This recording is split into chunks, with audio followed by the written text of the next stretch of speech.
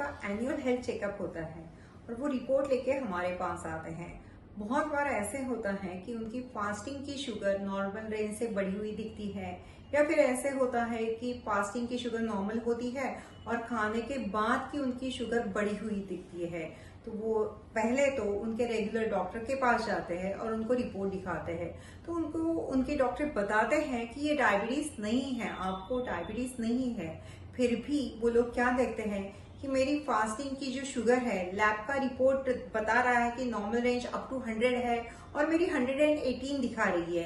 या बहुत बार ऐसे होता है कि फास्टिंग की शुगर नॉर्मल है और खाने के बाद की उनकी 170 दिखा रही है, जबकि नॉर्मल रेंज रहती है अप टू 150। तो इस कंडीशन में वो लोग डर जाते हैं और उन्हें लगता है कि उन्हें रॉन्ग एडवाइस मिली है, उन्हें लगता है उन्हें डायबिटीज है। तो कैसे दूर करें ये कंफ्यूजन? तो ये लोग जब भी हमारे पास आते हैं तो हम लोग भी उनको बताते हैं आपको डायबिटीज नहीं है। तो आइए जानते हैं कैसे दूर करें ये कंफ्यूजन। तो ये जानने के लिए सबसे पहली बार जान लेते हैं एक टेस्ट जिसका नाम है HbA1c। तो ये HbA1c अगर आपका अप टू 5.7 है तो आप नॉर्मल हो, मतलब आपको डायबिटीज नहीं है। अगर यही HbA1c आपका 5.7 टू 6.4 की रेंज में है तो आप प्री डायबिटिक हो, मतलब फिर भी आपको डायबिटीज नहीं है। अगर यही HbA1c आपका 6.5 और उसके आगे हो तो आपको डायबिटीज है और आपको दवाई लेने की 101% जरूरत है। तो अभी आइए जानते हैं हमारे इस पेशेंट के बारे में कि जिनकी फास्टिंग की शुगर दिखा रही थी 118 और जिनकी नॉर्मल है फास्टिंग की शुगर और खाने के बाद की दिख रही है 170। तो ये क्या है? तो ये जो पेशेंट रहते हैं इनका HbA1c हम पहले देखते हैं। तो ये पेशेंट का HbA1c हमारी पहली केस में था 6.3, मतलब कि प्री डायबिटिक रेंज पे था। तो प्री डायबिटिक रेंज है और आपकी शुगर दिखा रही है 118, जबकि उसकी नॉर्मल रेंज रहती है फास्टिंग की 100। तभी आपको जानना है कि आपको इम्पेयर्ड फास्टिंग ग्लूकोज, ये प्री डायबिटिक सिंड्रोम है। अभी दूसरी केस देखते हैं जिसमें उनकी खाने के बाद की शुगर थी 170, जबकि उसकी नॉर्मल रेंज रहती है अप टू 150। तो इस कंडीशन में इस पेशेंट का HbA1c था 6.1, जो कि प्री डायबिटिक है। तो इस कंडीशन को कहते हैं इम्पेयर्ड ग्लूकोज टॉलरेंस, जो प्री डायबिटिक सिंड्रोम है। तो देखिए ये दोनों के दोनों प्री डायबिटिक पेशेंट्स हैं जिनको डायबिटीज नहीं है, जिनको दवाई खाने की एब्सोल्युटली जरूरत नहीं है।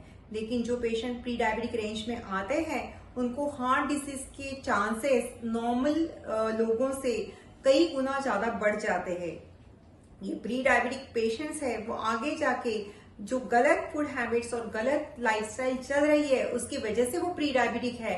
अगर वो वैसे ही चलती रही तो आगे जाके 5 to 10 ईयर्स में इनको डायबिटीज होने वाली है। आइए जानते हैं अभी लोग क्या करते हैं। अगर उनका इसी तरीके से प्रोग्रेस डायबिटीज की तरफ चला तो कुछ सालों के बाद इनको डायबिटीज हो जाती है। फिर ये लोगों को सिम्टम्स तो कुछ दिखते नहीं है, तो ये लोगों को लगता है हमें दवाई लेने की क्या जरूरत है। और ये पेशेंट अगर सोचते हैं कि हम लोग नेचुरली डायबिटीज को ठीक कर सकते हैं तो 101% ये गलत फहमी है।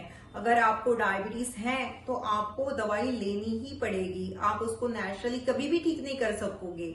आपको कोई भी सिम्टम्स नहीं है तो भी अगर आप दवाई नहीं खा रहे हो तो आपके शरीर में बहुत सारी कॉम्प्लिकेशंस बाद में डेवलप हो जाएगी, जिसका आज भी कोई भी पैथी में सैटिस्फैक्टरी सॉल्यूशन नहीं है।